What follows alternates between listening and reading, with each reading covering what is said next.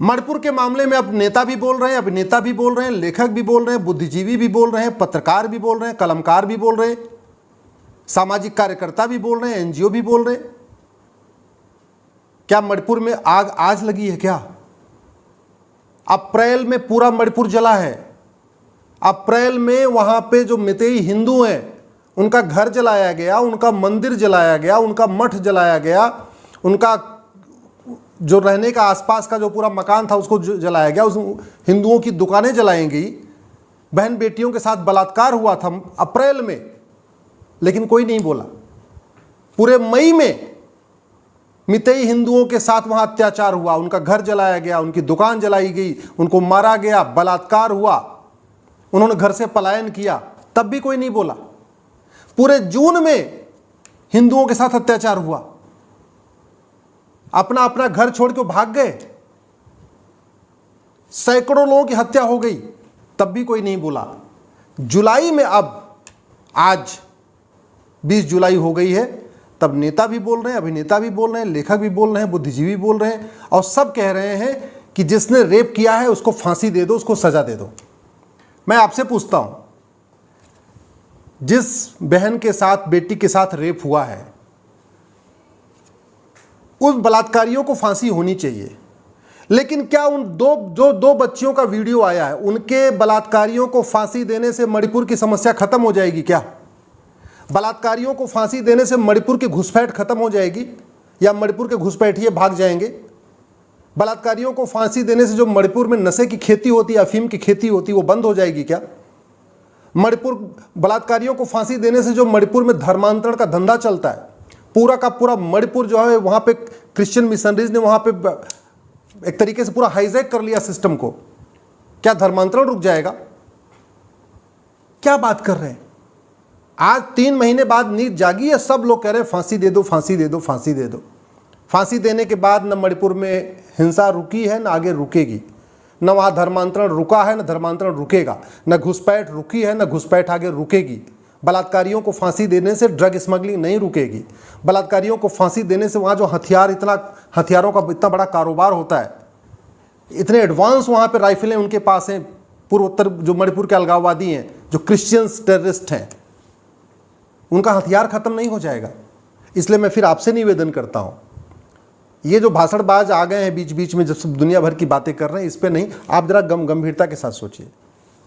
जब तक घुसपैठियों को फांसी देने के लिए कानून नहीं बनेगा, घुसपैठ को राष्ट्र की सुरक्षा के लिए खतरा घोषित नहीं किया जाएगा, घुसपैठियों के ऊपर एनएसए नहीं लगेगा, घुसपैठियों के ऊपर यूएपीए नहीं लगेगा, घुसपैठियों के ऊपर गैंगस्टर एक्ट नहीं लगेगा, जब तक घुसपैठियों की 100% प्रॉपर्टी जब्त करके उनको आजीवन कारावास या फांसी की सजा का कानून नहीं बनेगा, तब तक घुसपैठ खत्म नहीं होगी। घुसपैठ खत्म नहीं होगी तो मणिपुर में शांति नहीं आएगी।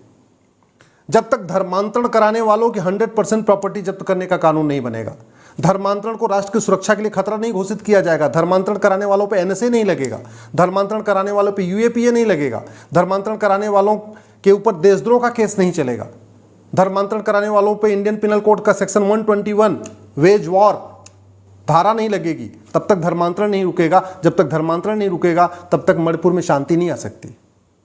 जब तक ड्रग स्मगलिंग को भारत की राष्ट्रीय सुरक्षा के लिए खतरा नहीं घोषित किया जाएगा, ड्रग स्मगलर्स को फांसी देने का कानून नहीं बनेगा, स्पेशल ड्रग के लिए स्पेशल कोर्ट नहीं बनेगी, ड्रग स्मगलर्स के ऊपर यूएपीए लगा के एनएसए नहीं लगाया जाएगा, जब तक ड्रग स्मगलर्स की 100% प्रॉपर्टी जब्त करने के लिए कानून नहीं बनेगा, उनको आजीवन कारावास फांसी देने के लिए नहीं बनेगा, तब तक मणिपुर शांत नहीं होगा। क्योंकि मणिपुर का मेन धंधा है अफीम की खेती, वहाँ अफीम की खेती चल रही है, वहाँ पे म्यांमार के रास्ते से वहाँ पे अवैध हथियार आ रहे हैं, म्यांमार के रास्ते से वहाँ रोहिंग्या आके बस गए हैं, जबरदस्त वहाँ घुसपैठ हो रही है, पूरा वहाँ मिशनरीज धर्मांतरण करा रही हैं। जो वहाँ पे मितेई हिंदू रहते हैं बेचारे, वो कितने बचे? 45% के आसपास हो गए। जहाँ 80% हिंदू थे मणिपुर में, आज 42-45% हो चुके हैं। तो समस्या का स्थायी समाधान उन बलात्कारियों को फांसी देना नहीं है। फांसी होनी चाहिए, लेकिन इस समस्या का स्थायी समाधान नहीं है। इससे देश की एकता अखंडता मजबूत नहीं होगी, इससे मणिपुर में शांति नहीं आएगी। मणिपुर में शांति के लिए भारत की पहली बात, एक 1 नेशन 1 पुलिस कोड लागू करना पड़ेगा कि पुलिस इफेक्टिवली काम करे। जैसे यूपी में पुलिस बुलडोजर लेके घूमती है, जैसे मध्य प्रदेश में पुलिस बुलडोजर लेके घूम रही है, ऐसे ही मणिपुर की भी पुलिस बुलडोजर लेके घूमे, वहाँ के घुसपैठियों का घर गिराए, मिशनरियों का घर गिराए, धर्मांतरण कराने वालों का घर गिराए, ड्रग स्मगलर का घर गिराए, तब खौफ पैदा होगा। इसलिए one nation one police code चाहिए। मणिपुर के जो अलगाववादी यहाँ पे इतनी बड़ी उनको फंडिंग आ रही है, वो फंडिंग वो अपने आप तो बताएंगे नहीं, तरीका क्या है? नार्को पॉलीग्राफ ब्रेन मैपिंग कानून बनाना पड़ेगा। जो वहाँ पे मणिपुर में अलगाववादी, उनको पकड़ पकड़ के उनका नार्को टेस्ट करना पड़ेगा, पॉलीग्राफ करना पड़ेगा, तब वो बताएंगे कि उनको फंडिंग कहाँ से आ रही है, हथियार कौन दे रहा है, पीछे उनके कौन सा गैंग है, चाइना उनके पीछे है या यूरोप उनके पीछे है या खाड़ी देशों से पैसा आ रहा है, कहाँ से उनको इतने हथियार आ रहे हैं। तो नार्को पॉलीग्राफ ब्रेन मैपिंग कानून बनाना पड़ेगा। 1 घंटे के अंदर FIR दर्ज करने और एक महीने के अंदर जांच पूरी करने के लिए कानून बनाना पड़ेगा, पुलिस चार्टर लागू करना पड़ेगा। साल भर के अंदर सजा 100% सबको मिलना शुरू हो जाए। जुडिशियल रिफॉर्म करना पड़ेगा, जुडिशियल चार्टर लागू करना पड़ेगा। नहीं तो जज क्या करते हैं, जिधर से पैसा मिलता है उनको तारीख पे तारीख देते चले जाते हैं। न्यायपालिका में इतना भ्रष्टाचार हो चुका है कि अगर बड़ा वकील हो जाए, ढंग से खिला पिला दे पेशकार को और वहाँ पे नीचे स्टाफ को, तो तारीख पे तारीख मिलता रहेगा, कोई दिक्कत ही नहीं है। भ्रष्टाचार खत्म करना पड़ेगा। अगर वास्तव में मणिपुर को अपने भारत से जोड़ के रखना है, मणिपुर को बचाना है, मणिपुर की संस्कृति को बचाना है, मणिपुर की भाषा को बचाना है, मणिपुर के तीज त्योहार को बचाना है, मणिपुर के रीति रिवाज को बचाना है, तो one nation one tax code लागू करना पड़ेगा। One nation one tax code को लागू किए बिना भ्रष्टाचार खत्म करना नामुमकिन है, और भ्रष्टाचार को खत्म किए बिना देश में शांति नामुमकिन है। घुसपैठिए घूस दे के आते हैं, चाहे वो बांग्लादेशी घुसपैठिए हो, चाहे रोहिंग्या घुसपैठिए हो, चाहे वो असम में जो घुसपैठिए आ रहे हैं या बंगाल में जो घुसपैठिए आ रहे हैं या चाहे मणिपुर में घुसपैठिए आ रहे हैं। 2000 रुपये बॉर्डर पे देकर अंदर घुस जाते हैं, 2000 रुपये में राशन कार्ड बनवा लेते हैं, 2000 रुपये में ड्राइविंग लाइसेंस, 3000 में ड्राइविंग लाइसेंस बना लेते हैं, 2000-3000 में बर्थ सर्टिफिकेट बना लेते हैं, 10,000 रुपये खर्च करते हैं पासपोर्ट बनवा लेते हैं, 10 से 20,000 रुपये में 5-5, 6-6 डॉक्यूमेंट बनवा लेते हैं। जब तक भ्रष्टाचार को देशद्रोह घोषित नहीं किया जाएगा, जब तक घुसपैठियों और उनके मददगारों की 100% प्रॉपर्टी जब्त करने के लिए कानून नहीं बनेगा, जब तक घुसपैठ को राष्ट्र की सुरक्षा के लिए खतरा नहीं घोषित किया जाएगा, घुसपैठियों पे NSA नहीं लगेगा, जब तक घुसपैठ को देश के खिलाफ एक युद्ध घोषित नहीं किया जाएगा, और इंडियन पिनल कोड का जो सेक्शन 121 है, वेज वॉर, कि देश के खिलाफ जो युद्ध करे उसके खिलाफ सेक्शन 121 लगता है। ये घुसपैठिए क्या करने आ रहे हैं? देश के खिलाफ युद्ध करने तो आ रहे हैं। तो ये जो मणिपुर में घुसपैठिए आए हैं, जो बंदूक लेके घूम रहे हैं, इनको ऊपर सेक्शन 121 क्यों नहीं लगा रही सरकार? मैं फिर से बार बार कह रहा हूं, नेता बहुत अच्छी अच्छी बातें करें, बहुत बड़े बड़े भाषण दें, उससे जमीनी हालात नहीं बदलते। चाइना के नेता कभी बहुत बड़ी लंबी लंबी भाषण नहीं देते। चाइना का राष्ट्रपति जो जिनपिंग है, कोई बहुत लच्छेदार भाषण नहीं देता, कोई बहुत बड़ी बड़ी बातें नहीं करता, लेकिन चाइना में न घुसपैठ होती है, न धर्मांतरण होता है, न इस तरीके का आगजनी होती है, न इस तरीके का हत्या होती है, न इस तरीके का बलात्कार है, न इस तरीके का वहाँ क्राइम नहीं है। सिंगापुर के जो प्रधानमंत्री हैं वो बहुत बड़ी बड़ी बातें नहीं करते, लेकिन सिंगापुर में देखिए शांति है, समृद्धि है, खुशहाली है, बिजनेस व्यापार बढ़िया चल रहा है। सिंगापुर में घुसपैठ नहीं होती है, सिंगापुर में धर्मांतरण नहीं होता। क्यों? क्योंकि कानून बनाते हैं।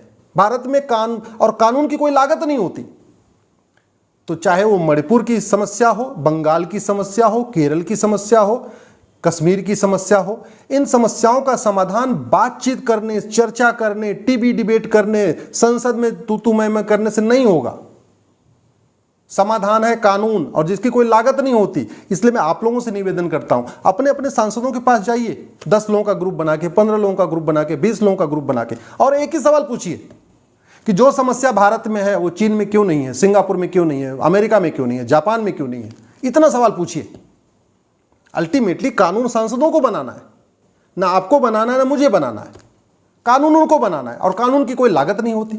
अपने अपने सांसद से पूछिए कि हाईवे तो बन रहा है, एक्सप्रेसवे बन रहा है, एयरपोर्ट बन रहा है, सब कुछ बन रहा है, राफेल भी आ गया खरीद के, हम कठोर कानून क्यों नहीं बना रहे? हम पुलिस रिफॉर्म, जुडिशियल रिफॉर्म क्यों नहीं कर रहे?